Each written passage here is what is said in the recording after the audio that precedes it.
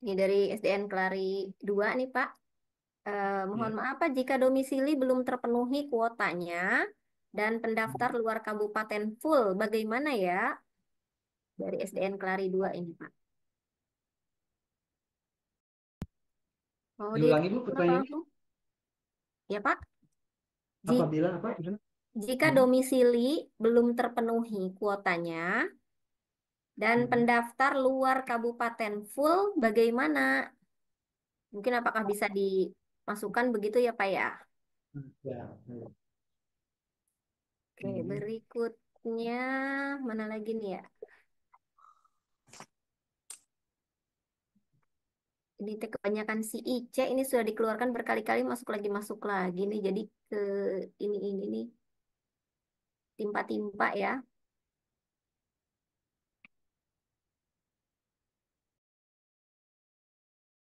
Oh ini ada ya ini nih dari Diki Staf Korwil mana ini ya? Tegalwaru. Assalamualaikum Pak. Jika pendaftar dari PAUD ke SD atau tidak sekolah PAUD mau ke SD tapi belum punya kakak, oh mesti seperti apa? Oh jadi dia belum punya identitas ya di kakak mungkin. Emang anak siapa, Bu? Tahu Pak. Diulangi Bu pertanyaannya. Untuk jalur ketem bagaimana Kalau ini? baru Pak Taryono tak nggak punya kakak. Tadi pertanyaannya gimana tadi? Saya Kalau sempat belum terputus punya kayaknya. kakak, Pak. Jadi intinya dia tuh mau daftar dari PAUD ke SD atau Hmm. tidak sekolah PAUD mau ke SD tapi belum punya kakak, mesti Istri seperti da- apa? dari pos 2. Iya. Harus buat kakak dulu yang nggak punya identitas ya. Oke, mana lagi nih? Tadi ketem, yang kedua mau bertanya tentang ketem, Pak. Bagaimana alurnya? Katanya ketem. Bunda, Bunda, nggak punya kakak mah pakai abang aja nggak apa-apa. Bang Usman ya. Bu Sri, saya mau bertanya Bu Sri. Bercanda, bercanda, bercanda. Siapa yang mau Iya, iya. ngaku tuh? Anak siapa? Alan. Oke, sepertinya sudah ya, atau yang ada terlewat? Saya mau bertanya Bu Sri, ada yang terlewat. Mohon maaf, itu Bu Sri, ada yang terlewat dari SD Muara Baru satu tuh. Yang pendaftar dari rumah tangga itu harus bagaimana daftar ke SD-nya? Langsung itu Muara Pak, Baru langsung satu tadi sekolah. sepertinya sudah ya dari Muara Baru satu. Bu Sri, saya mau bertanya Bu Sri. Oh Ya ya, sudah Bu. Pak Nova silakan. Pak Nova apa namanya? Karang Pawitan 3 silakan. Ya, ya. Assalamualaikum warahmatullahi wabarakatuh. Waalaikumsalam. Waalaikumsalam. Ya, begini ya, Punten Bapak. Jadi kan sekarang ada verbal ijazah ya. Jadi terkait siswa yang ada terkendala gitu. Maksudnya nanti jangan sampai nanti ketika kita daftar PPDB begitu lulus, nah nanti terkendala gitu masalah tidak punya ijazah. Ijazah kan sekarang pakai ijazah ya. Ya, Jadi ijazah. ijazahnya nggak keluar gitu. Takutnya kan ada contohnya di saya ada satu siswa yang kebetulan verbal ijazahnya Nah, apa bermasalah. sih yang didapetin? Ya. Nah, di sini memang sekarang lagi diurus Bu. Kemarin juga saya ke Dinas Pendidikan, kemudian karena amburadul situasi kakaknya. Jadi amburadulnya nggak punya akta nikah, terus nikah lagi. Jadi bingung saya ini. Saya ditegur sama Korwil sama ini. Jadi bingung masalah data siswanya gitu. Pas dicek niknya nggak Beda. ada, kakaknya belum barcode. Nah Waduh. ini kan sedang diurus sekarang nih. Jadi mudah-mudahan bisa. Jadi takutnya nanti ketika misalkan jadi kakak baru, nah ini kakak lama masih masih ada nih. Nah takutnya tidak sinkron dengan panitia PPDB SMP-nya gitu ya. Nah ini Ya. kan kalau di sini kan bisa kan kakak lama ini bisa di apa namanya jadikan bahan gitu ya. Kakak lamanya tanggal berapa dilampirkan dengan kakak baru. Nah takutnya nanti tidak sinkron dengan pihak panitia SMP-nya gitu. Nah, Hmm. ini seperti apa? Apakah nanti bisa ditindaklanjuti hal-hal seperti ini gitu? Nah, itu yang kedua.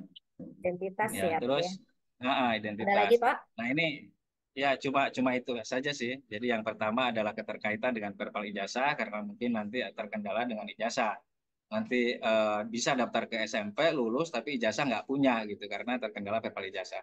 Yang kedua tadi keterkaitan tentang tidak sinkronnya kakak baru dan kakak lama di panitia PPDB SMP-nya.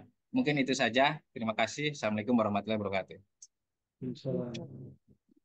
Satu pertanyaan lagi. Satu Saya lagi. mau dong, Izin, Pak. Bu, saya bertanya, Bu. Yes, sebentar. Dari Aulia Global School dulu nih, silakan. Aulia Global School. Iya, terima kasih, Bu. Ya, silakan. Mohon izin bertanya. Jadi kadang kami dari jenjang PAUD, TK, kadang di tengah berjalan KBM itu ada pendaftar. Tadi katanya kalau misalnya sudah closing SPMB kan tidak boleh input ke Dapodik ya, Pak.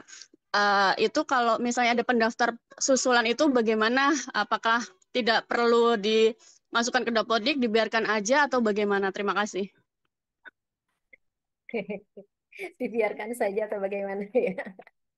Ya, silakan sudah 5 ya, Pak ya. Ya. Bu, bertanya, Bu. Aku mau Jadi, Ya, Pak ya. iya, Mau Bapak 5 Ibu dulu, ada, Pak. ada 5 pertanyaan. Saya coba jawab dulu ya. Oke, silakan, Pak. Oke, pertanyaan pertama, apabila di jalur domisili, kuotanya masih ada. Sedangkan jalur luar kabupaten, kuotanya udah penuh. Solusinya bagaimana? Berarti ya itu tidak ada kaitannya antara luar kabupaten sama domisili. Berarti di luar kabupaten itu ya sudah daya tampungnya segitu, udah berarti segitu.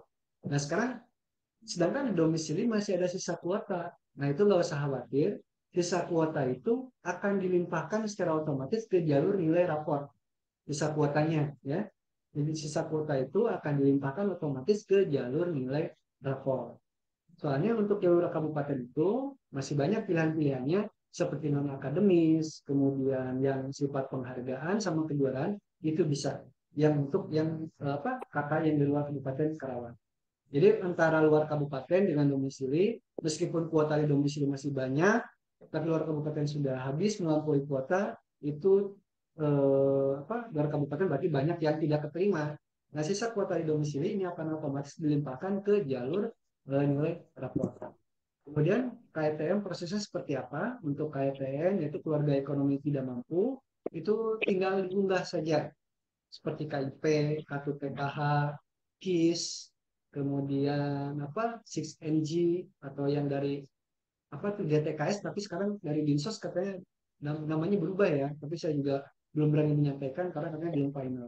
Tapi yang jelas kalau punya terdaftar di DTKS boleh. Nah caranya kalau yang tidak punya kartu semacam itu tinggal datang ke desa minta di screenshotkan bukti terdaftar di 6NG atau di DTKS. Itu di desa itu ada namanya Puskesos kalau tidak salah, tinggal di screenshotkan bukti terdaftar sebagai terkategori keluarga ekonomi tidak mampu. Itu desa bisa mengeluarkan. Nah, kemudian kemarin juga dari pihak Dinsos menyampaikan bahwa di desa itu tidak bisa memprint out, tidak ada tombol printnya. Mereka tuh hanya bisa screenshot, gitu. Berarti nggak ada masalah. Tinggal di screenshot nanti sama pihak Puskesos dari desa, dimasukkan ke di Word atau PDF, tinggal di print out. Nanti print outnya bisa diunggah atau diupload di aplikasi pendaftaran jalur KTM. Gitu. Nah, pertanyaan berikutnya, bagaimana kalau ada kasus seperti ini? Dia miskin, kategori miskin kurang mampu, tapi dia tidak terdaftar. Di apa? Dia tidak terdaftar di apa di SISNG, di DTKS, PKH, dia itu tidak terdaftar, tapi dia itu miskin. Nah, untuk saat ini saya hanya bisa menjawab bahwa eh, tidak bisa tidak bisa diproses terlebih dahulu. Karena kemarin dari Puskesmas untuk pendaftarannya itu butuh waktu yang sedikit panjang atau lama untuk mendaftarkan kategori keluarga ekonomi tidak mampu yang baru. Nah, harusnya itu diproses dari jauh-jauh hari.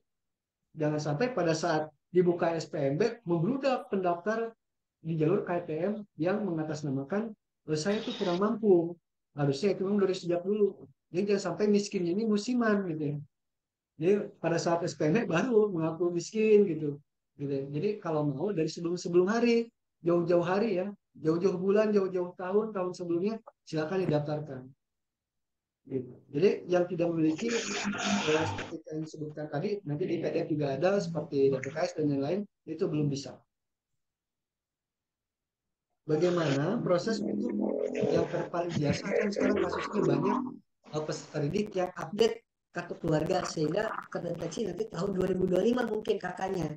Sedangkan dia tidak ada perubahan tempat tinggal. Nah, silakan dilampirkan saja kakak yang tahun sebelumnya. Nah, tinggal dilampirkan saja. Kemudian tanggalnya disesuaikan dengan tanggal kakak yang dulu. Yang 2025 ke sana, misalkan kakak yang dulu itu 2023 atau 2022, tinggal dimasukkan aja. Tanggalnya 2023, tapi dilampirkan juga. Jadi dua kakak yang dimasukkan, yang diuploading itu kakak yang baru plus kakak yang lama. Pertanyaannya, kalau kakak yang lama hilang, nggak ada Pak, gimana? Tinggal bikin surat pernyataan, boleh dari desa, menyatakan bahwa memang betul ini sudah bertempat tinggal di situ dan memiliki kakak yang lama sudah lebih dari 1 tahun. Pernyataan gitu aja, tanda tangan kepala desa, selesai. Kemudian yang telat daftar bagaimana? Telat daftar yang mohon maaf tidak bisa, ya. Jadi upayakan itu siswanya itu daftar sesuai waktu yang telah ditentukan. Nanti saya bantu share lagi tiap waktu deadline untuk siswa yang telah daftar itu ada. Kalau tidak salah untuk di PAUD ya, di PAUD itu ada keringanan kalau untuk di PAUD itu. Dan lagi untuk swasta, kalau swasta itu masih ada waktu, range-nya agak sedikit panjang untuk swasta, ada perpanjangan. Beda sama negeri ya, kalau negeri itu benar-benar sesuai dengan waktu. Baik, jika pertanyaan sudah terjawab, silakan dilanjutkan.